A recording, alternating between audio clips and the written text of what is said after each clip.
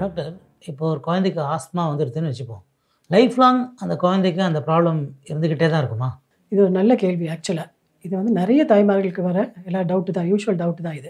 Asthma எந்த வயசில் ஆரம்பிக்கிறது, வீசிங் எந்த வயசில் ஆரம்பிக்கிறது பொறுத்து தான் அந்த குழந்தைக்கு லைஃப் லாங் ஆஸ்மா இருக்குமா இல்லையான்றது நம்மளால் சொல்ல முடியும்.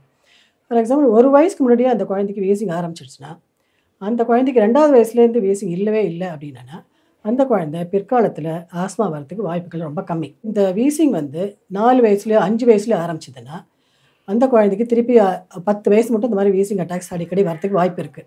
10 வயசுக்கு அப்புறம் வீசிங்கே இல்லாமல் இருக்கலாம். சடனாக 30 வயசில் சடனாக ஆஸ்மா அட்டாக் வரலாம். So later the onset of wheezing, the more chances for asthma attacks இந்த லேட்டர் லைஃப். பட் ஏர்லியாக ஆரம்பிச்சதுன்னா அவ்வளோ சான்சஸ் கிடையாது. ஸோ இது வந்து எந்த வயசில் ஆரம்பிக்கிறது பொறுத்து தான் நம்ம குழந்தை ஆஸ்மாட்டிக் குழந்தையாக இருக்க போகிறதா இல்லையான்றது நம்மளால் சொல்ல முடியும். நிறைய பேரண்ட்ஸ் மத்தியில் ஒரு டவுட் இருக்குது. குழந்தைங்களுக்கு இந்த ஆஸ்மாவை க்யூர் பண்ணுறதுக்காக இன்னேலர் பழக்கம் ஆரம்பித்து வச்சா அது அடிக்ட் ஆகிடுவாங்க, கடைசி வரைக்கும் அது இல்லாமல் அவங்களால இருக்க முடியாதுன்றாங்களே, அது உண்மையா? அது நிச்சயமாக கிடையாது.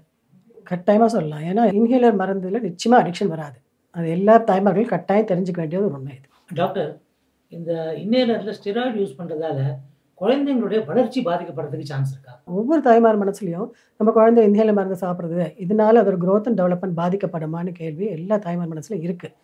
இதுக்கு என்ன பதில்னா, ஆக்சுவலாக நீங்கள் பார்த்தீங்கன்னா மருந்து மாத்திரை கொடுக்கும்போது மில்லிகிராம் டோசேஜில் நம்ம கொடுக்குறோம்.